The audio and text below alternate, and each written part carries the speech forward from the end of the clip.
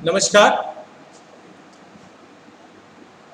आज हम सामाजिक विचारकों में दूसरे सामाजिक विचारक जो आपके सिलेबस में हैं, कार्ल मार्क्स, उनके बारे में बात करेंगे।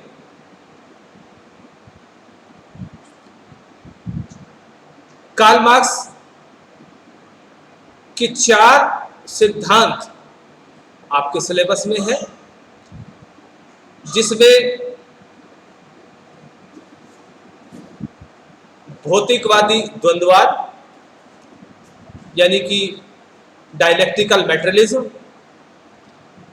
वर्ग एवं वर्ग संघर्ष, class and class struggle,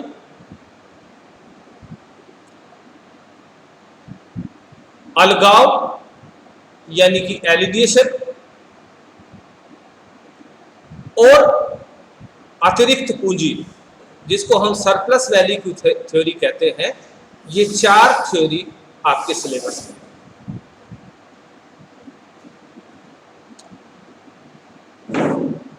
Karl Marx German philosopher थे, जिनका जन्म जर्मनी में हुआ 5 मई 1818 और 1883 14 मार्च को मार्क्स की मृत्यु हुई। ये पूरा जो समय था,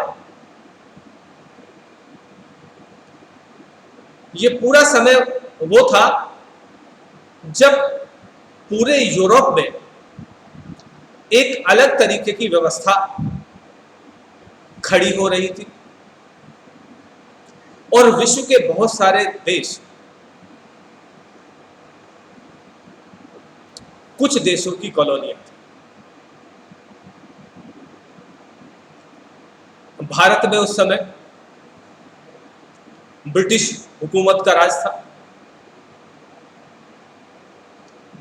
सब लोग अपने विकास की बात कर रहे थे, पुनर्निर्माण की बात कर रहे थे और हम लोग अपनी आजादी की तैयारी कर रहे थे।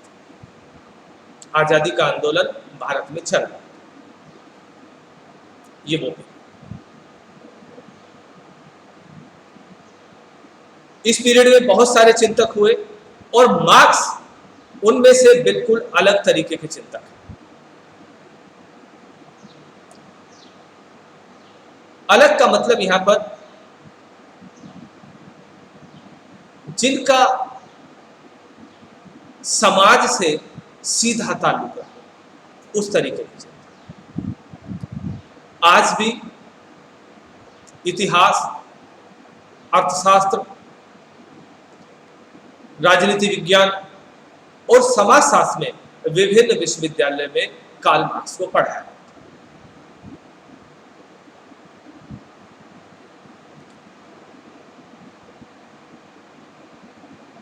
दो मुख्य वर्क अगर कार्ल मार्क्स के पूछे जाए तो पहला कम्युनिस्ट मैनिफेस्टो और दूसरा दास कैपिटल, जिसमें उन्होंने अपनी ज्यादातर बात, यूं तो बहुत सारी पत्र पत्रिकाओं का संपादन किया, बहुत सारे लेख लिखे, लेकिन मुख्य 2 ही वर्क माने जाते हैं जिसमें उन्होंने अपने सभी सिद्धांतों का वर्णन कर दिया है। करेक्ट। कार्ल मार्क्स, जो आपको सिलेबस में कार्ल मार्क्स के बारे में पढ़ना है, वो चीज है, सबसे पहला ऐतिहासिक भौतिकवाद या द्वंद्वात्मक भौतिकवाद। जब हम द्वंद्वात्मक भौतिकवाद की करते हैं तो मार्क्स के समय एक थिंकर थे हीगल। मार्क्स हीगल से बहुत प्रभावित थे और उनके द्वंद्ववाद से भी बहुत प्रभावित। हीगल के द्वंद्ववाद के अनुसार एक वाद होता है, एक प्रतिवाद होता है और तीसरी चीज होती है वो संवाद। यदि हमें समझना हो कि कोई एक बात आई वो वाद है, उसका विरोध आया वो संवाद है, और उसके डिस्कशन से जो नई चीज निकली वो संवाद। हीगल का मत था कि पूरे विश्व का जो निर्माण हुआ है वो इस द्वंद्वात्मक पद्धति से हुआ।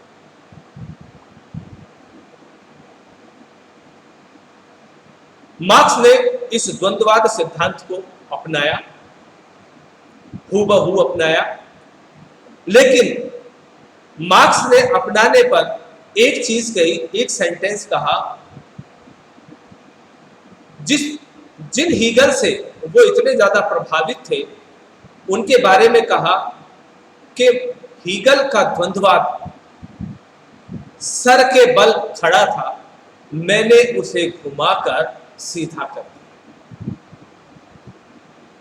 अर्थात वो कहना चाहते थे कि हीगल का जो द्वंद्ववाद था वो स्पिरिचुअलिटी या आध्यात्मिकता के आधार, जिसका मुख्य आधार आत्मा हीगल ने माना। यहां मार्क्स अपनी चीज को थोड़ा बदल देते हैं और वो कहते हैं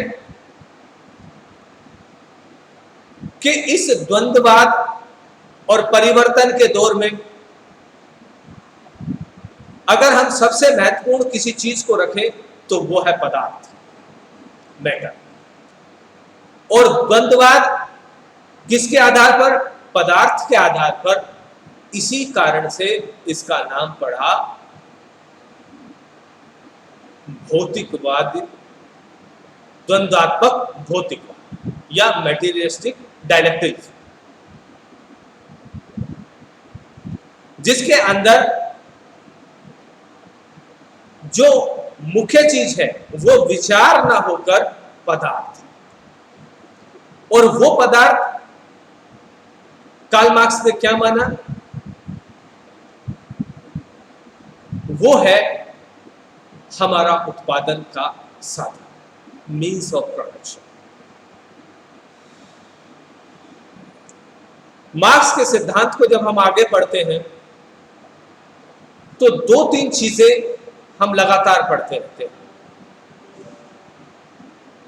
means of production, mode of production, relationship of production, ये चीजें हम पढ़ते हैं।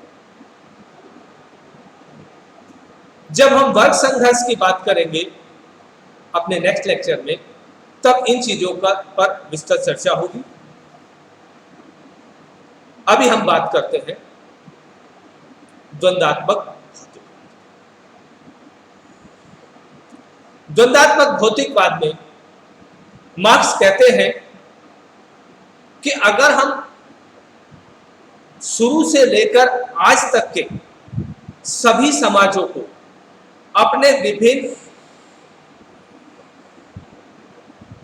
आधारों पर अलग अलग बांटे तो कुल मिलाकर 4 समाज हमें दिखाई देते हैं, या 4 तरीके के समाज दिखाई देते हैं। जिसमें से पहले समाज की अगर हम बात करें तो वो है जिसको कार्ल मार्क्स ने कहा आदिम साम्यवाद। आदिम साम्यवाद वो युग है जिसमें हम हंटिंग एंड फूड गैदरिंग की स्टेज में थे, यानी कि हम शिकार करते थे और भोजन संग्रह करते थे, और वहां पर विभिन्न वर्ग नहीं थे। वो एक क्लासलेस सोसाइटी थी और विभिन्न वर्ग नहीं थे, तो वहां पर शोषण भी नहीं था। जैसे जैसे हम लोग विकास करते गए, जिसको हमने प्रगति शब्द भी कहा, तब तब कार्ल मार्क्स कहते हैं कि हमने विकास तो किया लेकिन वो प्रगति नहीं थी, क्योंकि जिस विकास में मानव कल्याण है वही प्रगति है, और इस विकास में मानव कल्याण नहीं, मानव का शोषण था। दूसरे आधार पर जो दूसरी समाज बताए वो बताया दास युग, जिसमें मास्टर और दास थे, यानी कि मालिक और दास। मालिक और दास में क्या था? मालिक के पास उत्पादन के साधन यानी कि मीन्स ऑफ प्रोडक्शन का ओनरशिप था, और जो दास था उसके पास उत्पादन के साधन नहीं थे और उसका शोषण करते। और तीसरी तरीके का समाज उन्होंने बताया जिसमें सामंत और भूमिहीन कृषक थे, जिसमें फ्यूडल लॉर्ड्स थे और लैंडलेस लेबरर थे, जिसमें मीन्स ऑफ प्रोडक्शन का ऑनरशिप यानी कि उत्पादन के साधन का स्वामित्व सामंतों पर था, और उन्होंने इन भूमिहीन कृषकों का शोषण किया।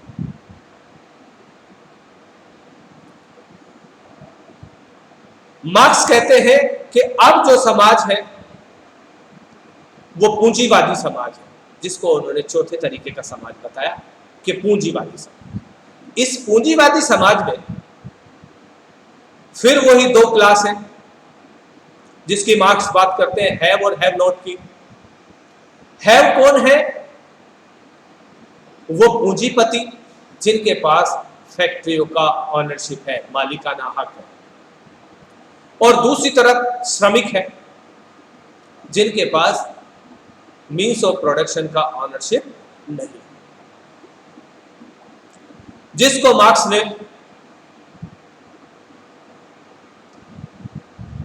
मालिक को बुर्जुआ कहा और जो श्रमिक थे उनको प्रोलेटेरिएट कहा। और इन पूंजीपतियों ने श्रमिकों का शोषण किया। जब मार्क्स की केंद्रीय अवधारणा वर्ग संघर्ष की हम बात करते हैं, तब यही बात होती है कि अब तक का संपूर्ण इतिहास वर्ग संघर्ष का इतिहास रहा है। All the history of hitherto existing society, the history of class struggle। यानी कि दो वर्ग रहे हैं, एक हैव और एक हैव नॉट, और आधार रहा है ownership of means of production. और इन्होंने इसका जो हैव नॉट का शोषण हैव वाले लोगों ने किया, और इसी से परिवर्तन हुआ है, क्रांति हुई है और व्यवस्था बदली। मार्क्स अपने इस सिद्धांत में एक दिव्य स्वप्न यानी कि एक यूटोपिया देखते हैं, और वो यूटोपिया मार्क्स का जो है वो कहलाता है उनकी सोशलिस्ट सोसाइटी। वो कहते हैं कि पूंजीवाद का अंत होगा, क्योंकि पूंजीवाद में ही पूंजीवाद के अंत के बीज हैं, और इस पूंजीवाद का अंत होगा और एक नई व्यवस्था आएगी जिसको उन्होंने कहा समाजवादी व्यवस्था, साम्यवादी व्यवस्था, जहां पर वर्ग नहीं हो, जहां पर संपूर्ण संपत्ति पर राज्य का अधिकार हो और स्वामित्व में सब बराबर का होगा। तो विद्यार्थियों, अगर हम देखें कि भौतिकवादी द्वंद्ववाद क्या है, वो इतिहास का वर्णन है, किस किस तरीके से इतिहास में विभिन्न वर्ग रहे हैं, विभिन्न प्रकार से शोषण रहा है, किस आधार पर वो वर्ग बने हैं, किस तरीके से शोषण रहा है और आगे आने वाले समाज में वो किस तरीके का रहेगा, ये चीज मार्क्स ने बताई है। किसके थ्रू? द्वंद्वात्मक भौतिकवाद। और इसमें भौतिकवाद क्या है? Means of production. विचार का इतना महत्व नहीं है, विचार महत्वपूर्ण नहीं होगा क्योंकि विचार से पदार्थ नहीं बन सकता। और आज के समाज में भी और पुराने समाज में भी विचारों से बदलाव नहीं होता। पदार्थ बदलाव लेके आता है, किसी को कुछ मिलता है, किसी को कुछ नहीं मिलता है। विचारों में हम सहमत असहमत हो सकते हैं, लेकिन जब खाने को भोजन नहीं मिलेगा, क्रांति के लिए वो व्यक्ति खड़ा होगा। धन्यवाद। क्या जी ठीक